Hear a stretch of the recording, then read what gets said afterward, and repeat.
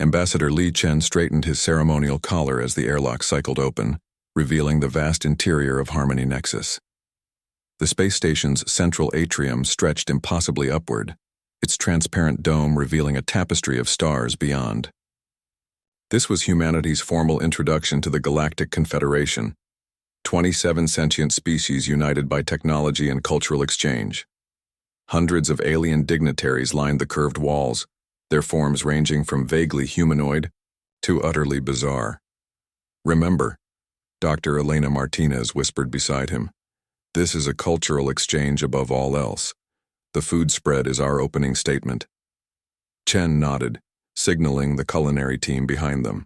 Chef Hiroki Tanaka stepped forward, wheeling an elegantly arranged hovercart laden with Earth's most prized delicacies.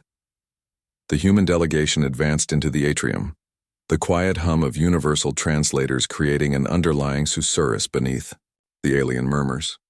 Their hosts, the tall, blue-skinned Arctarians, bowed in formal greeting, their head tentacles rippling in what humans had learned was a gesture of respect. "We welcome Earth to our community of worlds," intoned Admiral Kavex, the Arctarian representative. "May your unique perspective enrich our shared knowledge." Ambassador Chen performed the practiced response, then gestured to the culinary display. "We bring gifts from our world's diverse biospheres. Through sharing food, humans build trust and understanding." Chef Tanaka began his presentation, unveiling each dish with practiced flourish. From Japan's coastal waters, fugu, pufferfish containing tetrodotoxin, a neurotoxin 1,200 times deadlier than cyanide. From Iceland, hakarl, shark meat fermented for months to transform poisonous urea into edible protein. From Mexico, ghost pepper salsa that triggers pain receptors typically reserved for actual physical injury. The universal translators hummed, converting molecular descriptions and toxicity levels. As they did, the aliens' reactions transformed, from diplomatic politeness to unmistakable horror. A Xeraxian scientist's compound eyes widened to their fullest extent. A methane-breathing Volari backed away, its environmental suit's warning lights flashing amber. Ambassador Chen, missing these cues, picked up a slice of carefully prepared fugu and ate it with obvious pleasure. "Please join us in this ceremonial meal." The Arctarian admiral's head tentacles contracted violently. "You consume neurotoxins voluntarily?" Dr. Martinez sensed the diplomatic situation deteriorating rapidly. "These foods are safely prepared by certified experts," she explained. "Human culinary traditions often involve careful detoxification processes." Her explanation was cut short by chaos. A young Arctarian diplomat had curiously touched residue from the fugu with one sensitive tentacle tip. The creature collapsed instantly, its respiratory system seizing. Medical teams rushed forward as security barriers slammed down, isolating the human delegation. "Biohazard containment protocols engaged," announced the station's AI. "Unknown biological weapons detected." "They're not weapons," Martinez shouted as armored security forces surrounded them. "It's just dinner." Separated from the others in the boisum confusion, Martinez found herself sealed in a decontamination chamber with Admiral Kavex, who regarded her with a mixture of fear and fascination from behind a force field. "Your species deliberately consumes substances that would exterminate entire ecosystems on other worlds," Kavex said, head tentacles now rigid with what Martinez recognized as the Arctarian expression of profound existential dread. "Why?" Martinez considered the question that might determine humanity's place among the stars. How to explain thousands of years of culinary risk-taking to a being whose species had evolved in a carefully controlled environment. "On Earth," she began carefully, "danger and survival have always been intertwined. We didn't have the luxury of perfect safety, so we learned to transform threats into resources. What doesn't kill us becomes lunch."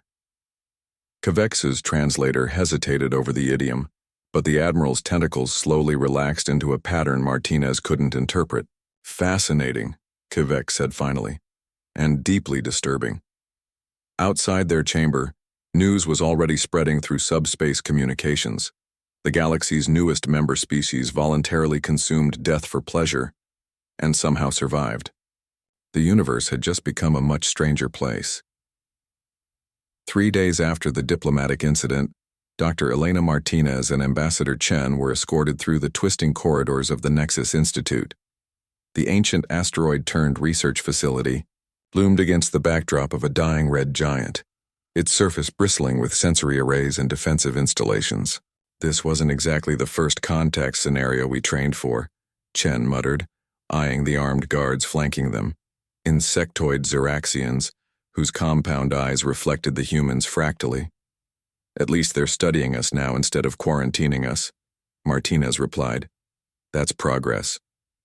The escort stopped before a massive circular door inscribed with warning symbols from a dozen different languages.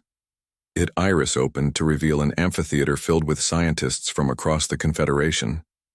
Hushed conversation ceased as the humans entered. At the center stood Zorp Vex, chief xenobiologist of the Confederation Sciences Division. His chitinous exoskeleton gleamed under the laboratory lights as his mandibles clicked in what the translation software indicated was excitement. "The digestive anomalies," he announced, extending 3 of his 6 upper limbs in greeting. "Welcome to Primary Research Laboratory. Many questions about human biology. Most fascinating, most disturbing." Before Martinez could respond, the floor, at the center of the amphitheater, split open. A cylindrical containment tank rose from below, surrounded by warning lights and multiple energy barriers. Inside floated what appeared to be a slug the size of a small dog, its body pulsing with bioluminescent red patterns. The fluid around it sizzled wherever the creature touched the tank walls.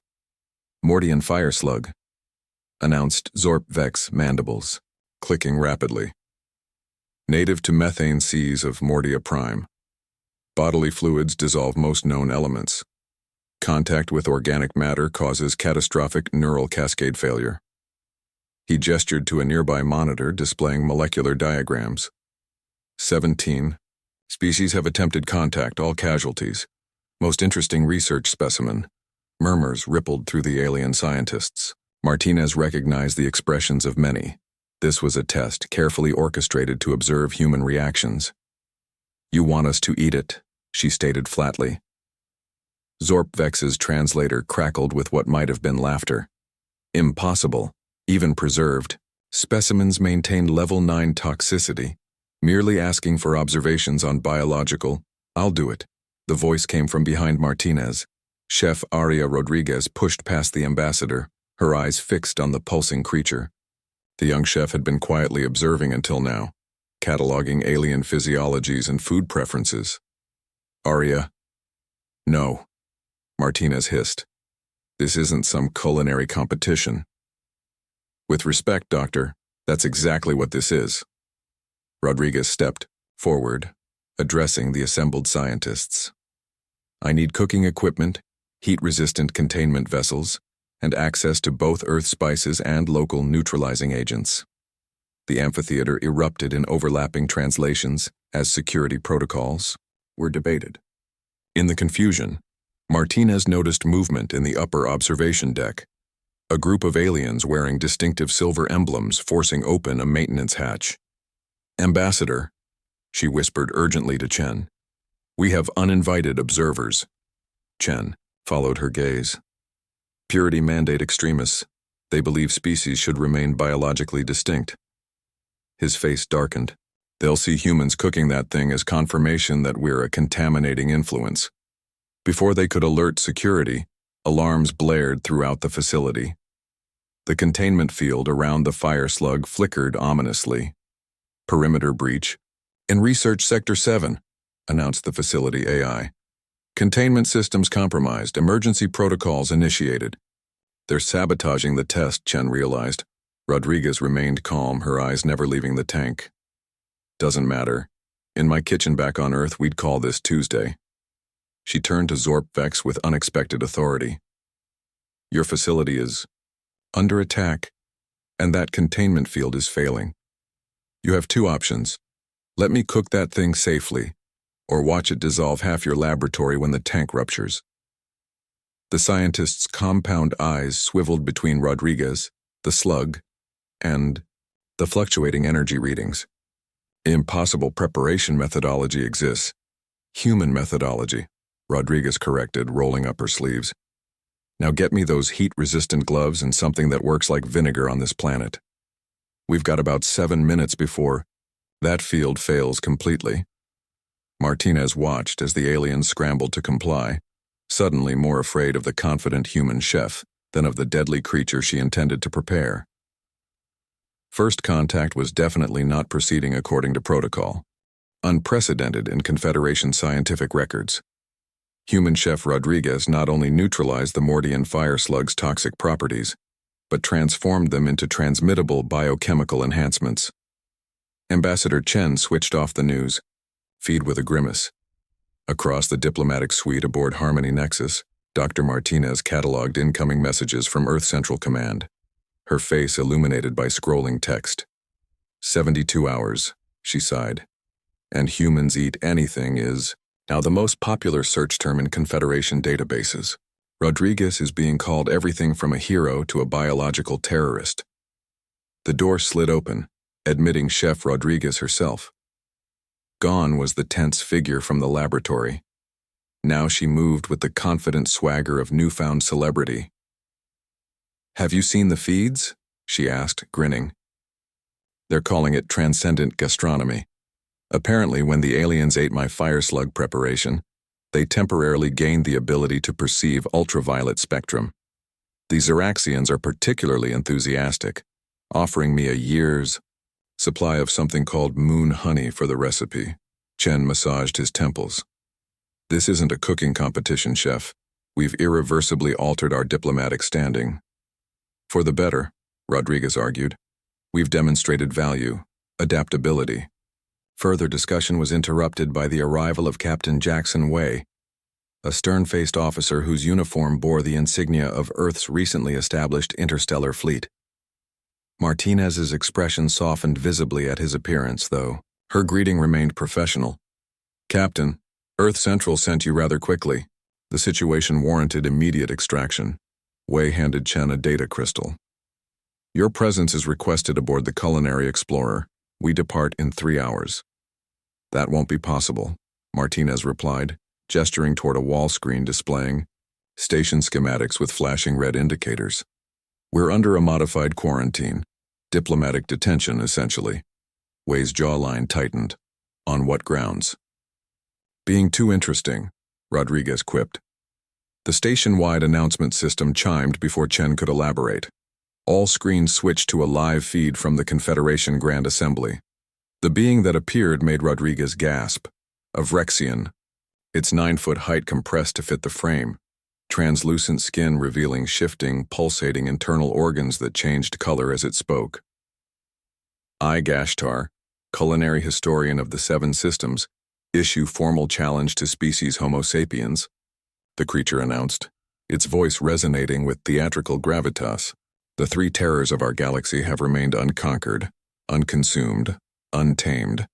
If humans are truly the biological marvels they claim, let them prove their worth by consuming what no other species has survived."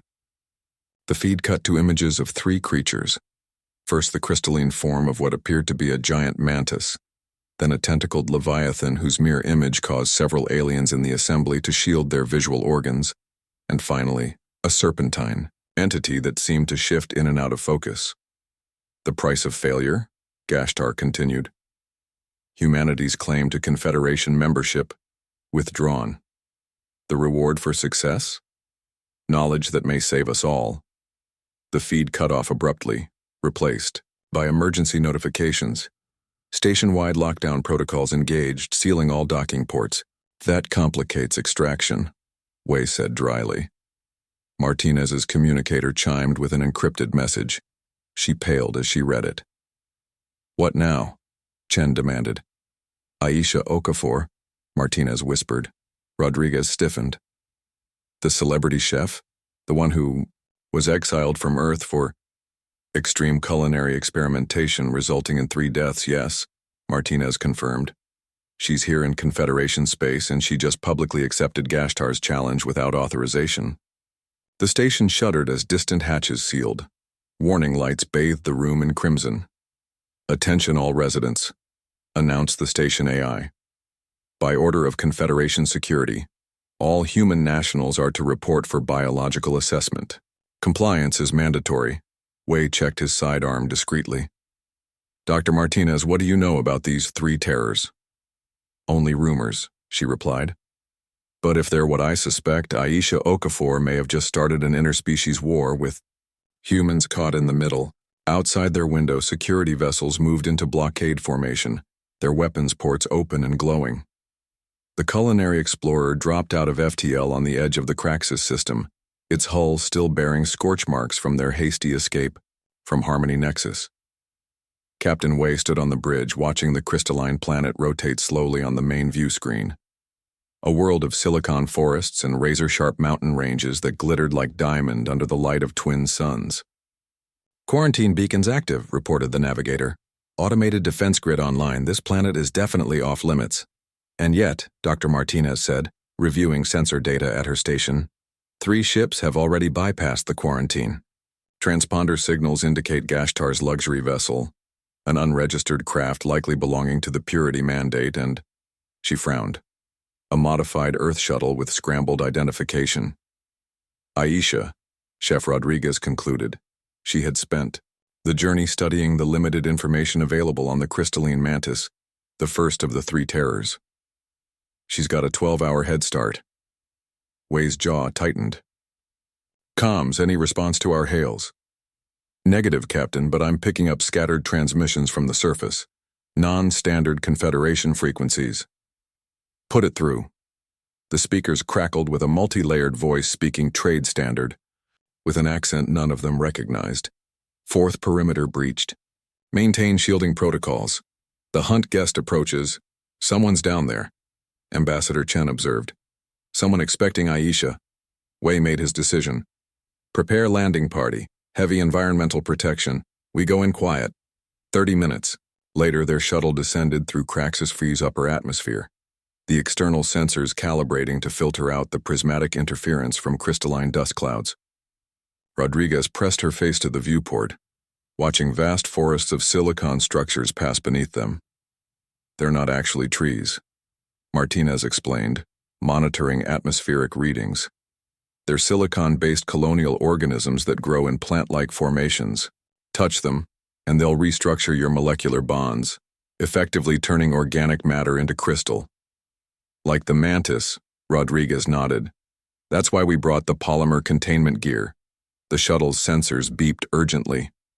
Multiple contacts ahead, Wei announced from the pilot's seat. Setting down in that clearing.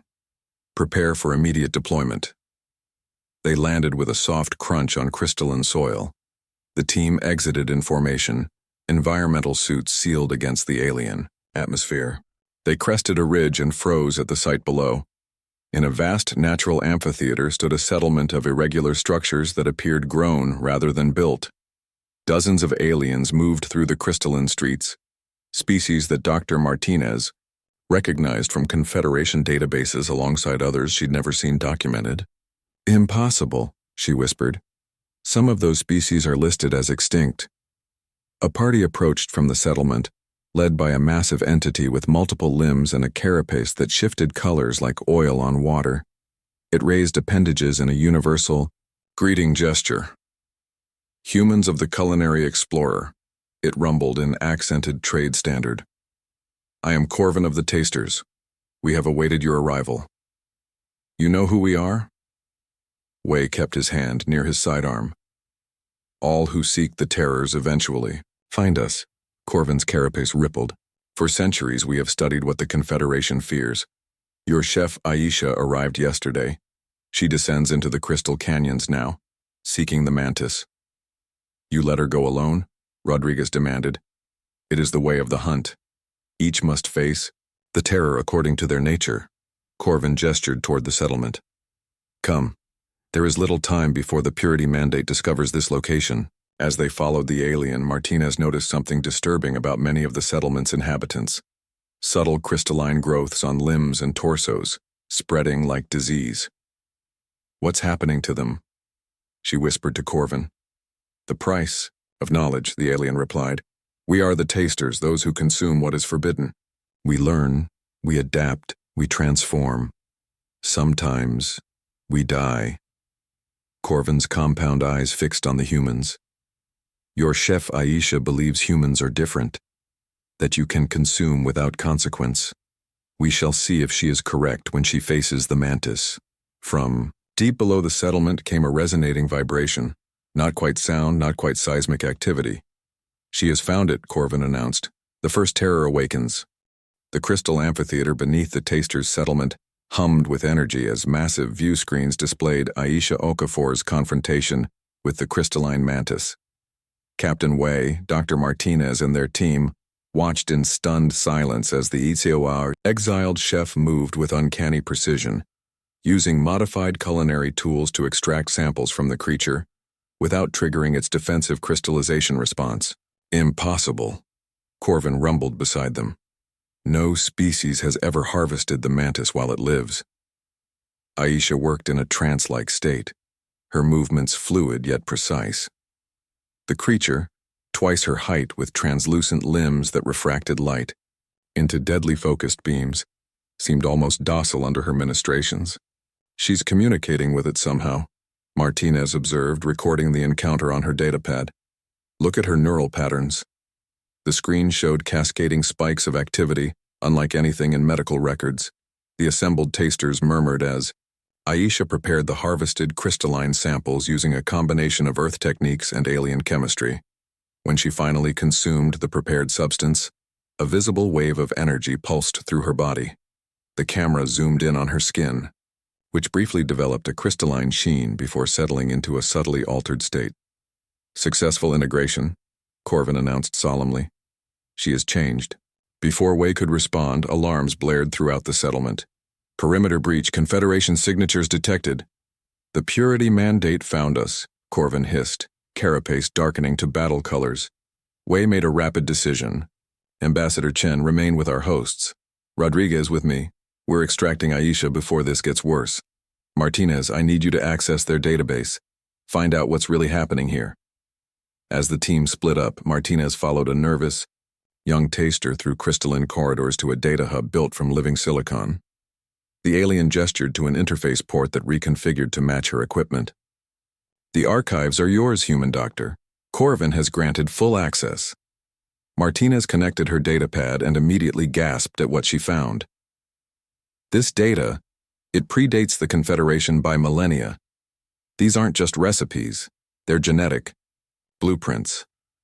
She scrolled through file after file, her scientific training letting her grasp the implications faster than the translation software could process the ancient symbols. The three terrors aren't random deadly creatures, she whispered. They're keys, biological keys.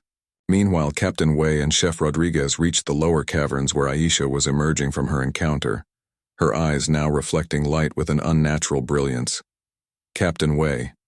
She greeted him with unnerving calm. Right on schedule. You're under arrest for unauthorized. Look at her arms, Rodriguez interrupted. Aisha's exposed skin now displayed faint crystalline patterns that shifted with her movements. A side effect, Aisha explained. The first integration is always the most visible. The others will be more subtle. Others? Wei demanded. You're actually planning to continue this insanity? It's not insanity, Captain, it's evolution. Aisha's modified eyes fixed on him. Gashtar isn't a food critic, he's not even Vrexian. The entire identity is a fabrication. Before Wei could question her further, his communicator crackled with Martinez's urgent voice. Wei, I've found something. Gashtar's identity was established in Confederation records 5 years before humans achieved FTL travel. Someone has been planning this for decades. And there's more. The genetic structure of the three terrors contains modified sequences that match human DNA. The cavern shuddered as weapons fire impacted the settlement above. They're here, Aisha said calmly. The purity mandate will destroy this entire settlement to prevent humans from completing the terror's challenge. She fixed Wei with her crystalline gaze. You need to decide now, Captain. Arrest me, or help me reach Aqualis. The second terror waits, and with it, the truth about why humans were engineered to consume what kills every other species in the galaxy. Endless seas stretched to Aqualis's horizon, storm clouds churning above waves that reached impossible heights. The culinary explorer maintained position in high orbit, while below 3 ships braved the turbulent atmosphere, their shuttle, Gashtar's vessel, and the sleek craft of the Purity Mandate that had pursued them from Craxus Phora. On the bridge, Captain Wei studied tactical displays with grim focus. Automated sentinels are active, he reported. Defensive platforms around the Leviathan's coordinates. Expected, said Commander Lyrax, their unexpected ally from the Confederation science vessel Eternal Inquiry. The slender, blue-skinned alien had intercepted them en route to Aqualis, offering not arrest but assistance. Aqualis has been quarantined for 700 cycles. The psychic Leviathan's telepathic field drives most sentients mad. Dr. Martinez looked up from her analysis of the data stolen from the Taster's archives. According to these records, the Leviathan evolved in isolation after the planet was seeded with precursor genetic material. Its telepathic abilities are a defense mechanism, and possibly a communication system. Communication with whom? Ambassador Chen asked. Martinez hesitated. With whoever engineered the 3 terrors in the first place. Wei made his decision. We proceed with the descent. Our modified shuttle can evade the Sentinel ships, but will need to use submersibles to reach the Leviathan's coordinates. He turned to Aisha, who stood apart from the others, the crystalline patterns on her skin now faintly luminescent. You're certain Gashtar will be there? He shadows me, she confirmed. He needs to observe the process firsthand. The descent through Aqualis's atmosphere was violent, the shuttle bucking against hurricane-force winds and electromagnetic interference that scrambled their instruments. They reached the surface and deployed their submersible, a reinforced craft designed for extreme pressures, then began their journey into the depths. At 50 meters, Chef Rodriguez noticed the first symptoms. Does anyone else feel that? Like whispers? At 100 meters, Ambassador Chen began reciting mathematical formulas from his childhood, eyes wide with confusion. At 200 meters, only the humans remained conscious. The alien crew, members had succumbed to the Leviathan's telepathic field, their minds overwhelmed by hallucinations and foreign thoughts. Why aren't we affected?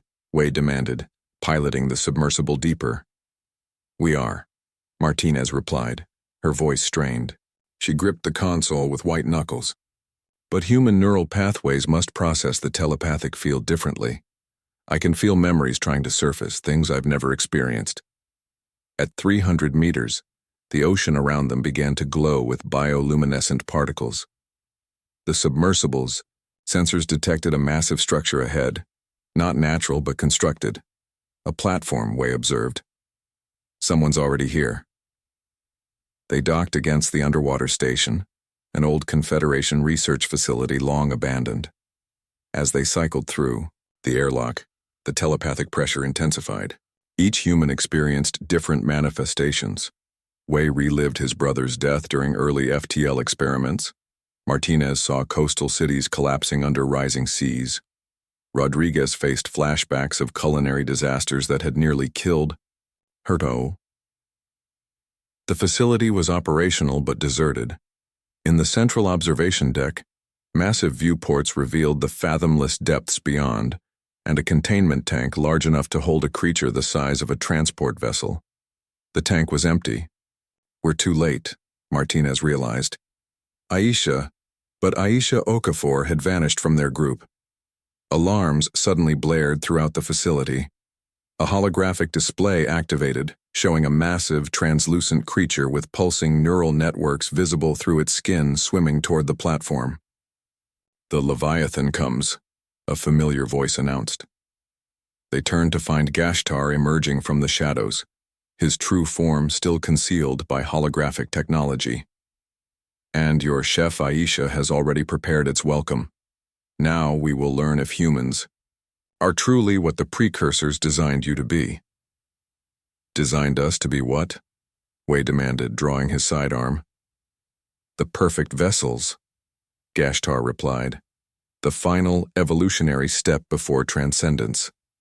The platform shuddered, as the Leviathan made contact and everyone's thoughts were suddenly violently, no longer their own. The emergency thrusters fired as the Eternal Inquiry broke orbit around Aqualis, the ship's hull groaning under the strain of rapid acceleration. On the medical deck, Chef Rodriguez lay unconscious, her brain patterns erratic on the monitoring equipment. Beside her bed, Captain Wei and Dr. Martinez watched with exhausted concern. "Any change?" Commander Lyrax asked, entering with Ambassador Chen. "None," Martinez replied. "Whatever symbiotic connection she formed with the Leviathan, it's rewiring her neural pathways. She's neither fully human nor fully whatever the Leviathan was." Wei's fists clenched. "And Aisha?" "Gone," Chen confirmed. "Her modified ship broke atmosphere during our escape. Tracking suggests she's already plotting a course for Paraxis, location of the final terror." The memory of the underwater platform hung heavy between them. The moment when the Leviathan had made contact, when Rodriguez had made her desperate choice.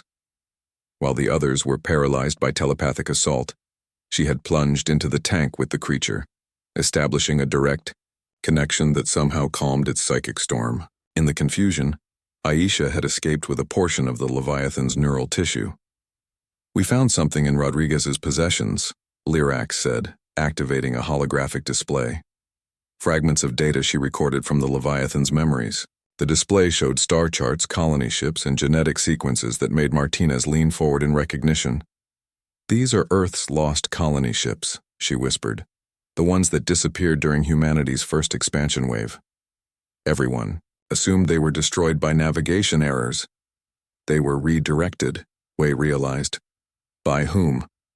The medical bay door slid open, revealing a figure that made them all reach for weapons. Gashtar stood in the entrance, but the holographic disguise had fallen away, revealing his true form. A being of shifting quantum states, his body composed of oscillating matter that seemed to exist in multiple dimensions simultaneously. "By us," the being said, its voice resonating strangely. "The last of the architects. You're one of the precursors," Martinez breathed, her scientific training momentarily overcoming her caution. "The species that created the three terrors." "Created? No. Guided? Yes. The terrors evolved naturally as the galaxy's immune response to our mistakes." Gashtar moved further into the room, his form rippling. "We once ruled 10,000 worlds, reshaping environments to suit our needs with terraforming technology. When our empire collapsed, that technology continued operating autonomously, causing cascading ecological changes." "The biodiversity collapse Commander Lyrax mentioned," Chen murmured. "Yes. Before our extinction, we initiated a final project. Seeding. Worlds with genetic material that might evolve into species capable of consuming and processing the terrors. The terrors contain enzyme combinations that, when properly processed, can neutralize the terraforming cascade." Wei stepped forward. "And humans were one such experiment?" "The only successful one," Gashtar corrected. "Hundreds of candidate species were developed. Only humans evolved the precise combination of adaptability, risk assessment, and digestive capabilities needed. So the horror aliens felt watching us eat deadly creatures," Martinez began, "was the exact response we engineered." Gashtar finished. "Your species evolved on a world where consuming dangerous substances became advantageous. What looks like recklessness to the Confederation is actually evolutionary pragmatism." Rodriguez stirred on the medical bed, her eyes fluttering open. When she spoke, her voice carried harmonic overtones that hadn't been there before. "I saw it," she whispered, "through the Leviathan's memories. Thousands of worlds dying as the terraforming systems reactivate. Pyraxis is the control node. The quantum basilisk guards the shutdown sequence." Gashtar's form rippled with urgency. "Aisha believes she alone should control this power. If she bonds with the final terror without proper preparation, she could become something beyond any of us, with the power to reshape ecosystems galaxy-wide according to her will alone." Martinez studied the being with newfound understanding. "This was never about a culinary challenge, was it?" This was about saving the galaxy. Yes, Gashtar acknowledged. And humans, the species that eats what terrifies others, are the only ones who can do it. The United Fleet dropped out of FTL at the edge of the Paraxis system. 12 ships representing species from across the Confederation, led by the Eternal Inquiry. On the bridge, Captain Wei studied the volcanic hellscape of their destination, a world where reality itself fractured near the dormant supervolcano housing the quantum basilisk. Aisha's ship is already in low orbit, Commander Lyrax reported. Sensors detect multiple reality fluctuations near the caldera. Wei turned to his unlikely coalition. Dr. Martinez had synthesized partial protection against the basilisk's effects, using enzymes from Chef Rodriguez's transformed biology. Rodriguez herself stood apart, her consciousness now a hybrid of human intellect and Leviathan awareness, perceiving patterns invisible to others. We all understand what's at stake, Wei addressed the assembled representatives. This isn't about humans proving themselves anymore. It's about saving all our worlds. The descent to Pyraxis was chaos, instruments failing as reality itself became unreliable. Their shuttles landed on the volcano's outer rim, the ground beneath them shifting between solid rock and quantum uncertainty. She's inside, Rodriguez said, her voice carrying those unsettling harmonics. I can feel her accessing the basilisk's dimensional field. The strike team advanced through increasingly unstable terrain. Each member experienced multiple versions of themselves from parallel realities. Wei witnessed himself as an admiral, a criminal, a casualty. Martinez saw herself as a terraforming engineer, a mother, a precursor scientist. At the heart of the caldera, they found a chamber that defied conventional physics. Aisha stood transformed, her body crystalline and fluid simultaneously, housing disparate physics within one form. Before her coiled the quantum basilisk, a serpentine entity composed of mathematical equations given physical form, constantly shifting between dimensions. You're too late, Aisha said, her voice echoing from multiple points in spacetime. I've begun the final integration. Aisha, wait, Martinez called. The terrors weren't meant for one person to control. The precursors designed this as a cooperative process.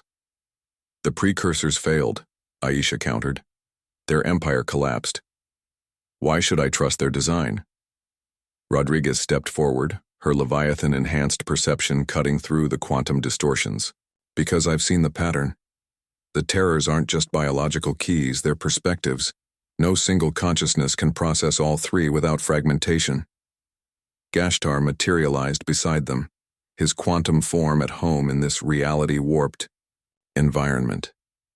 She speaks truth. The terrors must be processed by distinct yet cooperative minds, representing different evolutionary paths. Wei realized the truth. That's why humans are perfect for this. We're adaptable enough to integrate with the terrors, but social enough to work together rather than seeking individual power. Aisha hesitated, her transformation pausing as the logic penetrated her ambition.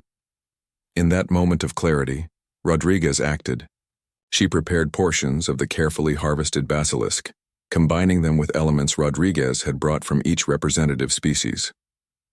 A final meal, she announced, shared by all who would save what they love.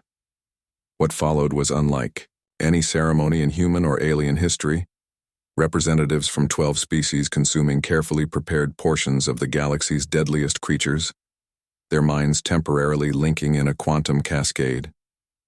Together, they experienced each other's evolutionary journeys, their collective consciousness briefly touching the underlying patterns of life itself. When they returned to individual awareness, the precursor terraforming network across the galaxy had been reset. Aisha and Rodriguez remained transformed, but no longer as potential tyrants, rather as quantum processors in human form who could perceive ecological patterns across vast distances. In the years that followed, the story of humans eating the galaxy's deadliest creatures transformed from horror to legend. The Gastronomic Alliance replaced the old Confederation, with humans teaching other species how to safely incorporate once toxic elements into their biologies. Captain Wei often reflected on that first diplomatic dinner, when aliens had watched, in horror as humans ate pufferfish. What had seemed like recklessness had in fact been humanity's greatest gift to the stars, the courage to consume what frightens us most, the unknown itself.